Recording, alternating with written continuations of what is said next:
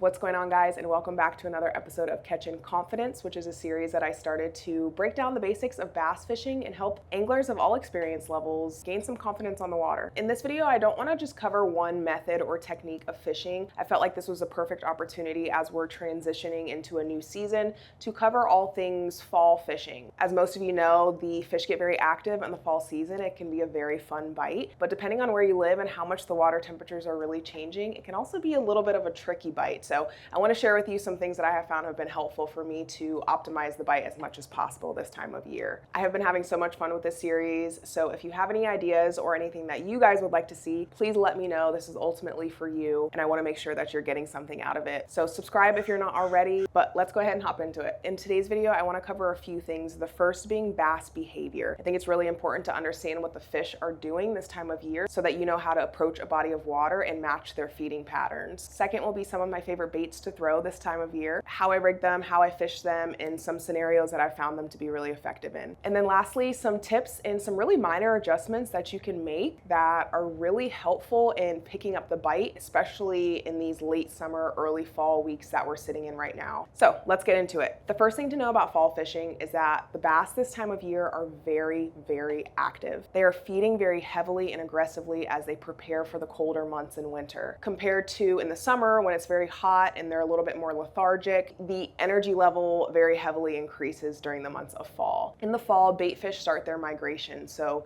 they're moving around a lot, they're moving up very shallow into the water, and where the baitfish go is where the bass are going to follow. As the water temperature gets cooler as well, the oxygen levels increase, so the fish are moving all about the water. You can find them in canals, in midpoints of the lake, you can find them deep, you can find them shallow. They're moving pretty freely about, so you can find them in a lot of different places. Because it's such an aggressive feeding time for bass, you want to focus on shad mimicking baits. Baits with a lot of movement, things with swimming action that they will chase, with colors and patterns that are similar to the bait fish in your area. Where summer is a slow and steady and patient bite, we're ramping up into a season where we have the freedom to pick up the pace. If you live more up north where the water temperatures in the winter drop very significantly and even freeze, you get like the peak fall bite because the fish are feeding even more aggressive in those areas as they prepare for true cold in more northern regions. If you live in a more southern state or even Florida like myself, we don't get as much of a fall, and the difference between the water temperatures is not as drastic of a change. So the feeding pattern will change, especially as you get closer to those winter months. But especially now on the very beginning of the season, the bite can be kind of slow, but there's still a lot of very effective baits that are great to use this time of year overall. Now, that's not to say that you have to throw a moving bait in order to catch fish. It is very likely, especially in the early parts of the fall season, that worms and other finesse style baits are still extremely effective this time of year. But generally speaking, in matching the way that the fish are feeding this time of year, your best bet is going to be reaching for some moving baits that have a little bit more action. So I want to go over a few of my favorites with you.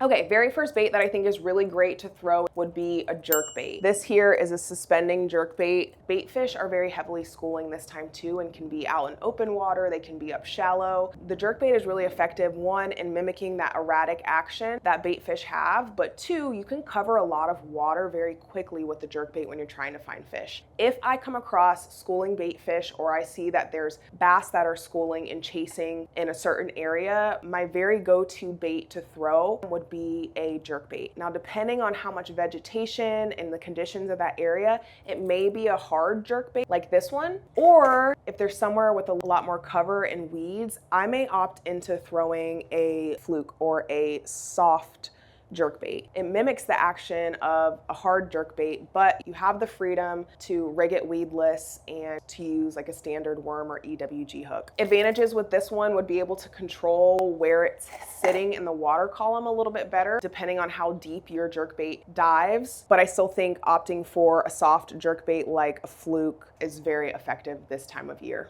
One tip I would give you with the jerkbait is to not really limit your pauses. Feel free to keep this paused and suspended in the water column for quite a few seconds before you start to jerk it again. A lot of times after the pause and that bait starts moving again, you can get a really great reaction strike out of those fish. Another bait that's really great, especially this time of year, is going to be a spinner bait, especially in windy and overcast conditions. A spinner bait looks like a school of fleeing baitfish. So in a time where fish are feeding and chasing on baitfish, mimicking a small school of them can be really effective for picking up a bite. Now, spinner baits can range a lot in size, in color, and even the shape and type of the blade. This is a spinner bait that has a double set of willow blades. I typically won't throw a plastic trailer on a spinner bait. I will just opt for a trailer hook like this Spear Point one here. That way, if you are getting short reaction strikes out of those fish, you're more likely to hook into them because you've extended the range of the hook. Spinner baits have a lot of flash in the water. They've got great sound in the water. My favorite times to throw a spinner bait would be in shallow and grassy areas. You can switch up your retrieve speed. You can burn spinner baits really fast through the water. Sometimes I'll work it really quickly through the water to the point to where it almost kisses the surface of the water. A bait fish's natural instinct is to flee to the surface when it's being chased. Just add some extra flair and being even more realistic for the bass. So spinner bait is great. This is one from Brazalo Custom Lures. They make some really awesome spinner baits, buzz baits, all sorts of hard baits. Fantastic one. A spinner bait is great. My next is a very simple bait, and that would be like a paddle tail swim bait. This is a type of presentation that very obviously mimics a swimming bait fish. It's got a lot of action with the wag in that tail. There's a lot of different ways that I like to rig this, and I'm actually gonna do a separate video showing my favorite ways to rig a paddle tail, specifically this Minnows from Z-Man. I really use it year round,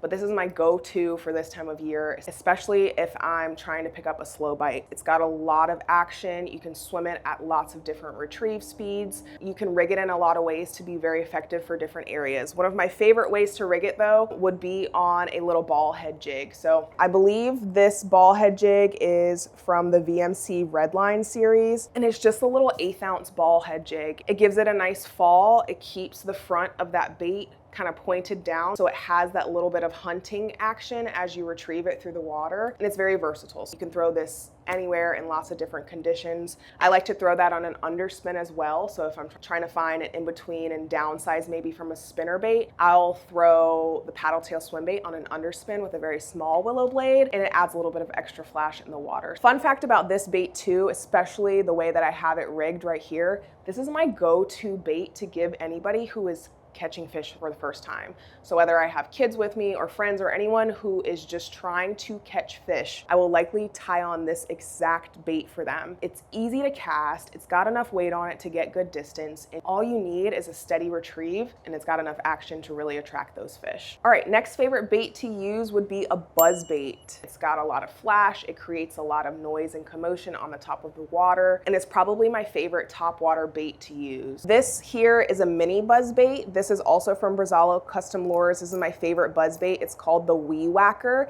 It's a downsized version of a standard buzz bait, but it still has a lot of great action, a lot of noise, and I catch a lot of fish on it. I'll typically throw a trailer like this one. This is a tack toad from Tactical Fishing Company. This perfectly pairs with the Wee Whacker. I will even throw something like the Minnows on the back of a buzz bait like this one. I'll run it very shallow in the water. I will keep it moving very quickly over the water. I will sometimes let it sit just subsurface and create extra weight on the top of the water, especially in the early morning or early evening times where you're in that prime feeding time for fish. Throwing a buzzbait can be a great option to attract those fish that are very heavily moving and chasing. Love, love, love this bait, especially this buzz bait here. And last but certainly not least would be a vibrating jig, or more commonly known as a chatterbait. This is my go-to bait and probably my favorite bait to use ever. I use it year round, but I find that it really shines in the fall months. It just has so much versatility. It has great action in the water. It looks very realistic. This blade moves throughout the water. It generates a lot of sound in the water that can be really attractive for the fish. Same thing, you can tailor this this for color and size to be able to reach deeper points in the water. You can use a lighter weight to fish something shallow in the water. And because of the position and the hook and the blade and the way that it moves, you can very easily fish this in covered areas. I will rip a chatterbait through grass patches and hydrilla because of all of the activity and the noise that it makes in the water. As this runs by these fish, they almost can't resist it. They're gonna turn and strike without spending even too much time looking at the bait. My very favorite one to throw is going to be the jackhammer from Z-Man, specifically the new baby jack. So this blade has the exact same shape and action as a standard jackhammer or vibrating jig. It's just smaller. And all that means is that the frequency of the vibration is higher. So it has a different sound. It also takes less water and speed to be able to get this blade moving in the water. I find this bait really shines when you slow roll it. I will cast this very shallow parallel to the bank or to the edge of the water and just cast it and keep it running in the strike zone. I throw the chatterbait a lot. Again, it's my favorite bait to use. I almost never throw it with just a steady retrieve. That's not to say you can't catch them with a steady retrieve, but I've found throwing in some pops and some pauses, switching up your retrieve speed as you reel, burn it and stop, pop it, reel, and kind of just create that erratic motion as it's vibrating through the water makes it very irresistible for the fish, and you can pick up a lot of reaction strikes from them. Great, great, great bait overall, especially during the fall. You have a lot of different options that you can use for trailers. Some people prefer like a craw style trailer on the back. That's going to allow it to sink a little bit slower and have a slower fall rate. You can use something like this one that has a shad style tail. This is the chatter shad from Z-Man. It's the 3.5 inch. I think this pairs perfectly with the jackhammer. You can even opt for something with like a spike tail, and the blade and the skirt is ultimately what's really shining in that presentation. So a lot of things you can do to fish this, but is my go-to favorite option for this time of year. I think that covers baits. As I mentioned before, sometimes there are slow periods during fall to where the bite is a little bit tricky, but there are a few things that I've found to be helpful in increasing the bites, if not even by quality, by quantity and number of fish that you're catching. The first one I mentioned earlier, that's if you can find the bait fish, you can find the bass. Look for schooling bait fish. If you're seeing a lot of diving birds in a certain area, they've likely found schools of bait fish that they're targeting, and then those predator fish like the bass are close behind. So keep an eye out for where the bait fish go. Tying into that, another one would be that the wind is your friend. The wind naturally pushes those bait fish into pockets in different areas of lakes and ponds. So use it as a tool. Look at where the wind is blowing, and then I heavily fish that side. A lot of times the wind can push those fish back up into those areas and you can find bass there. Another adjustment that you can make to pick up the bite would be to downsize. I found sometimes that a smaller and less intimidating presentation can really pick up the bite. So that would be switching from a larger scale buzzbait to a smaller style buzzbait like the Wee Whacker, and just downsize that bait. In the cooler months, the bait is smaller, and I like to stay somewhere between 3 to 4 inches with most of the baits that I'm reaching for. If you feel really good about the bait you selected, but you're having a hard time getting fish to commit to it, try to downsize and use a smaller version of the exact bait that you're using, and oftentimes you can catch more fish. Another option would be to have a follow-up bait handy. So if I'm finding that fish are missing bites in a certain area when I'm throwing something quickly moving, I will keep something like this handy. So either like a Senko style worm that has a really slow fall, either weightless or with no weight at all,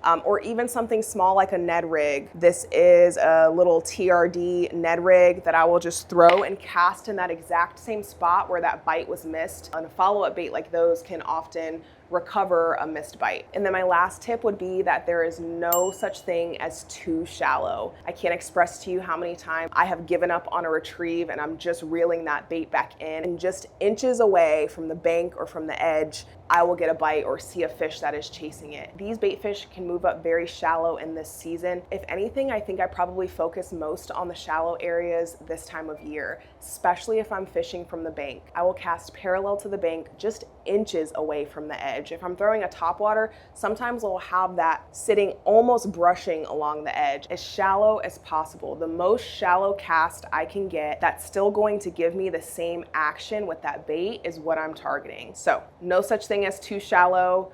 Do not give up on your retrieve too early. A lot of times you can find good fish right at the edge. That about covers the basics of fall fishing. I hope some of the things that I've covered today have been helpful for you guys and can give you a little bit of an added edge in increasing the bite this time of year. This is one of my favorite seasons for fishing, just because the level of activity that you see from the bass can be really fun. As always, thank you guys for watching. Please subscribe if you haven't already. Comment down below what your favorite bait is to use this time of year, and keep an eye out for the next video. I'll see you guys next time.